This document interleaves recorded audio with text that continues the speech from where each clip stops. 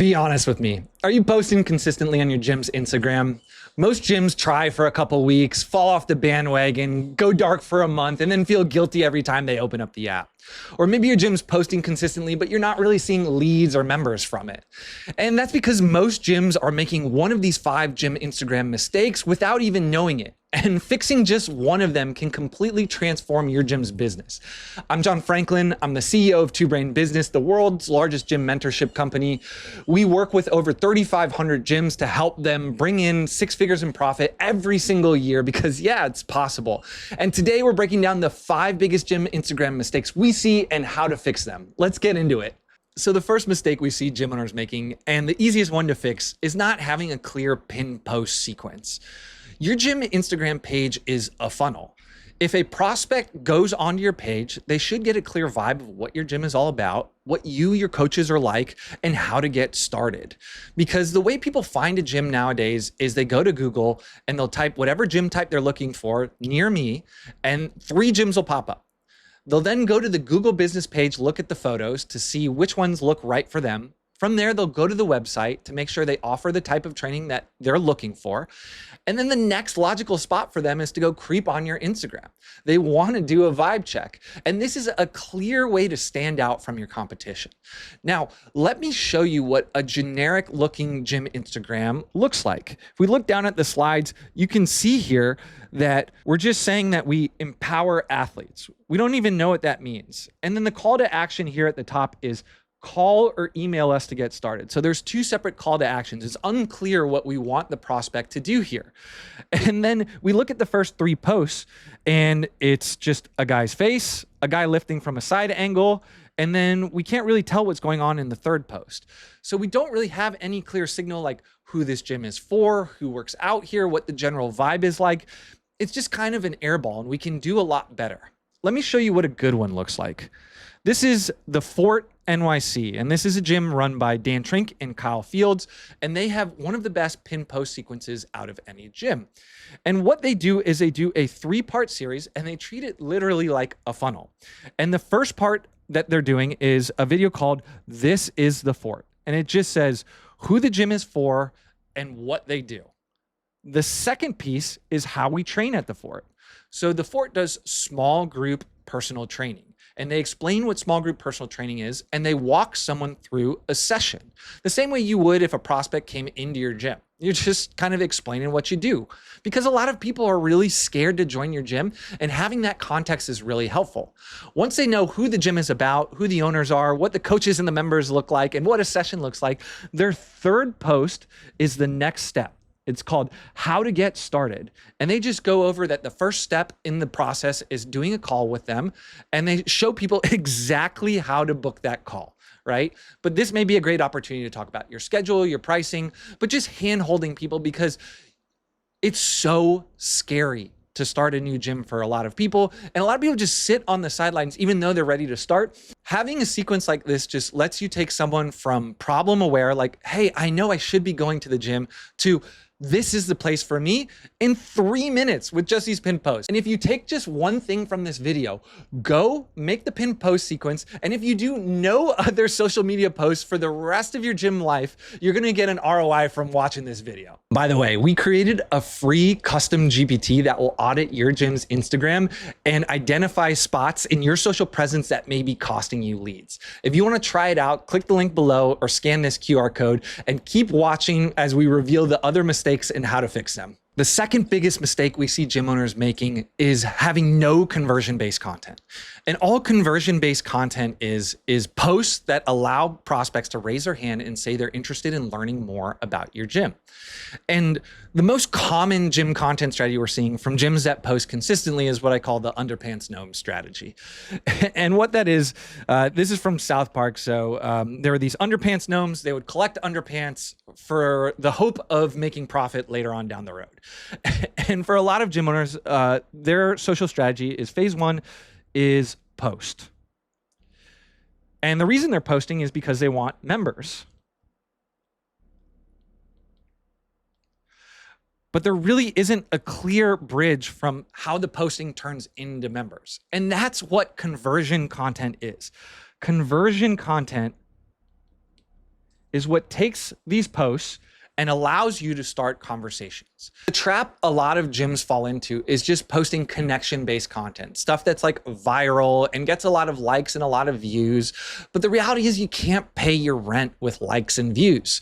What I want to bring to your attention is that conversion content performs the worst. It's not going to get a lot of likes. It's not going to get a lot of comments, but it makes you the most money, which is why it is an essential part of the post sequence. Now, this one's really direct. It's just like, hey, I got 4 spots left for this thing. Do you want to buy it or not? But there's a way to do this a little more subtly, where you're making a post that feels a little more organic than, hey, buy my thing, but it still gets people to raise their hand and talk to you about the gym. This is Shelton Athletics, run by Lauren DeSessa. She has a rockin' HYROX program, and she runs sims 3 to 4 times a year. And what a HYROX sim is just you replicate the race in the gym, and you have people sign up, you bring a DJ, and it turns into this big party. But all her members train for this. And she gets like 50 or 60 people to come out to these things. And when they're done, what she does is she has the teams hold a whiteboard, one explaining what it was, so HYROX simulation at Shelton Athletics, and the other one is their time. And this is just a carousel of all the people that participated. So if you're someone who does HYROX or you're curious about HYROX, you get to see what all these people's times are. And then if you look at the post, it says, do you want to be a part of our next HYROX class? Hit the link in our bio to chat, get signed up, or check out when our next sim is. Don't miss out. And this post got a few hundred likes, and there were a ton of comments on there. And a lot of them were not by Shelton Athletic members, which creates an opportunity for the gym to reach out and say, hey, I saw you commented on the HYROX post. Is HYROX something you're doing?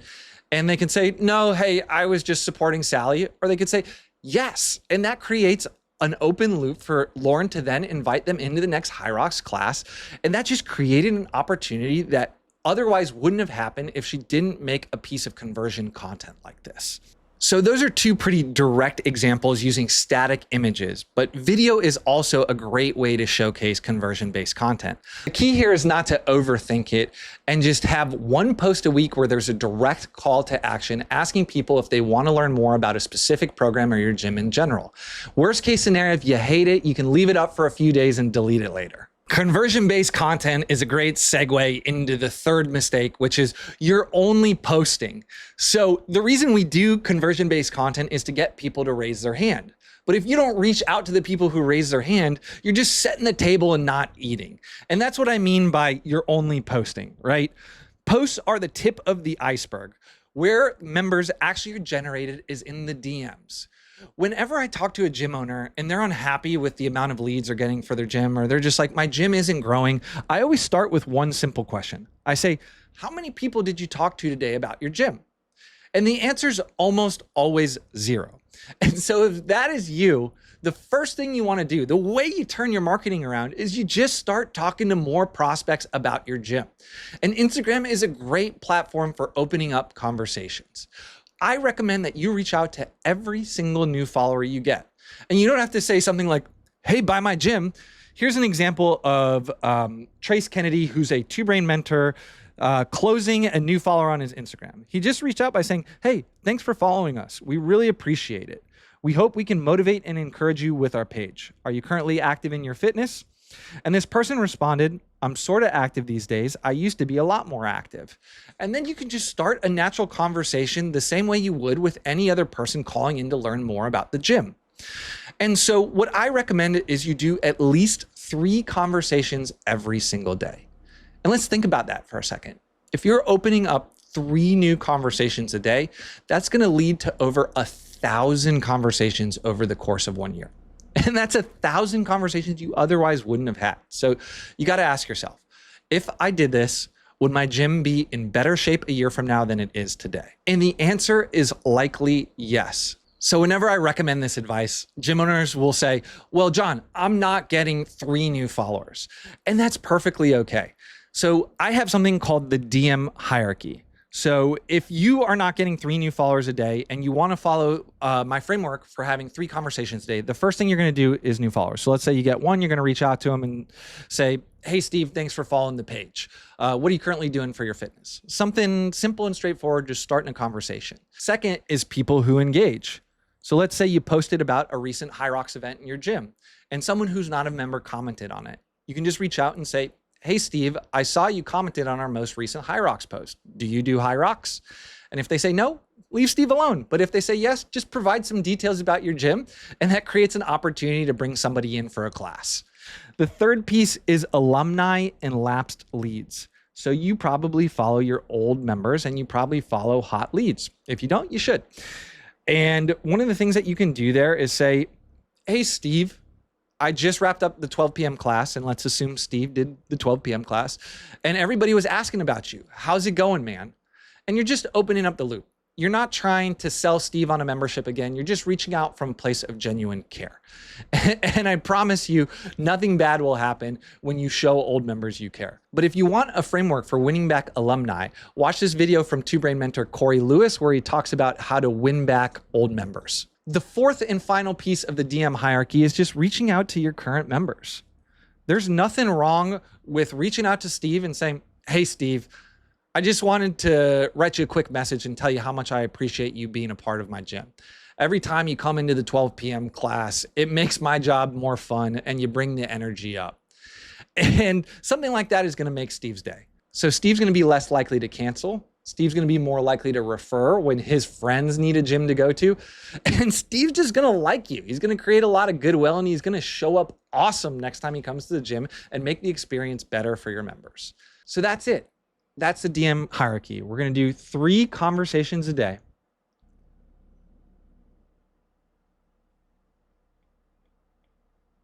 For 365 days.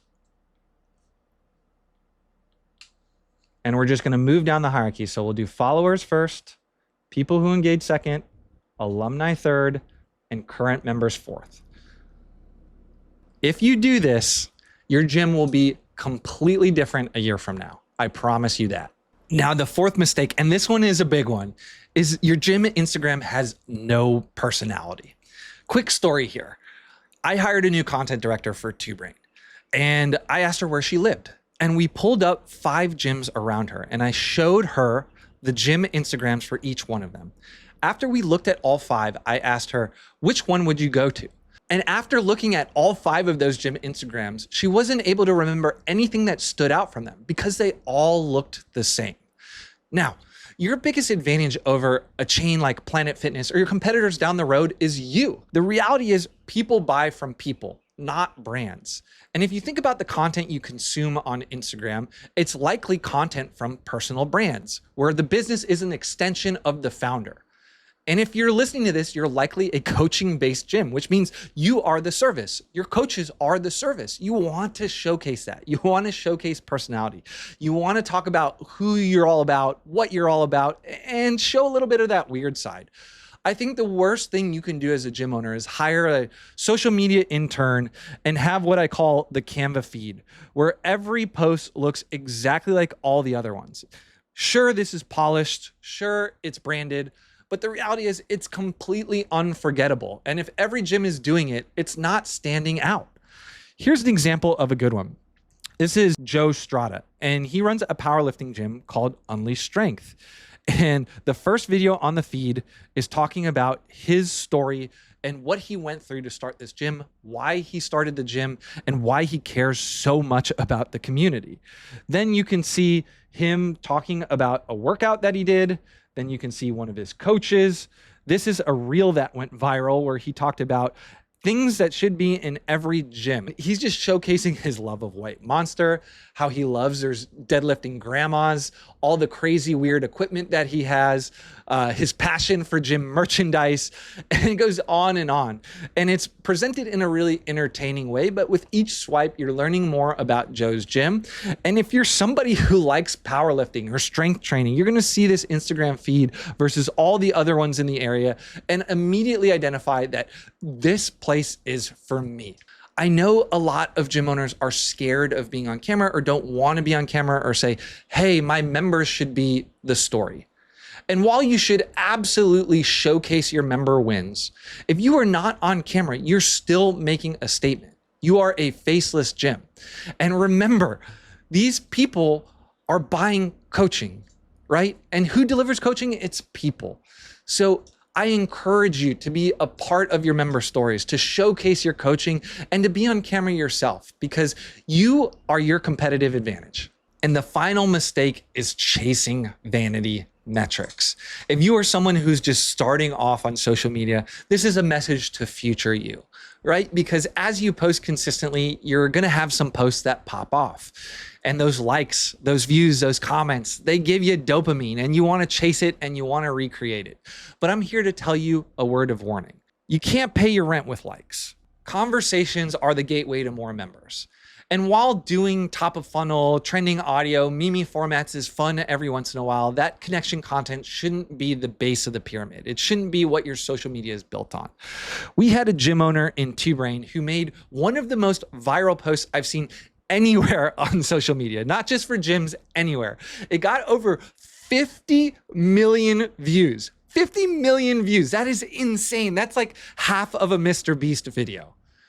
But that gym owner got literally 0 clients from those 50 million views. And this specific gym owner, he loved the attention. So he kept trying to make content like that, even though it wasn't serving his business. And that is a trap a lot of us fall into on social media, where we start chasing these vanity metrics and playing the wrong game. I personally have fallen into this trap. I had a Twitter following of 20,000 people that I built up, and I'd done like 3,000 tweets. And then I thought for a second and said, how many clients have I gotten from this Twitter profile? And I went back and looked, and I'd gotten 1 client over the course of 3,000 tweets. Meanwhile, I had this weekly podcast that I wasn't putting a lot of effort into. It had under 200 subscribers, and the average episode was getting like 90 views. But when I went back and looked at the sales call intelligence, I was getting a prospect showing up on a sales call once a week because the podcast pushed them over the edge. And after that, I just stopped posting on Twitter altogether because I realized like I was on social media to build my business. And so if you are someone who's falling into that trap, focus on the content that starts conversations with prospects, the stuff that gets people to raise their hand and say, I want more information about your gym. Ultimately, we want to have a clear intention with what we're doing here on social media, so we're not chasing the wrong metrics and we're focusing on the things that actually grow our gym. So if you found this video helpful, you're going to want to watch this one where we break down the exact messaging strategy you should use after prospects engage with your social media content.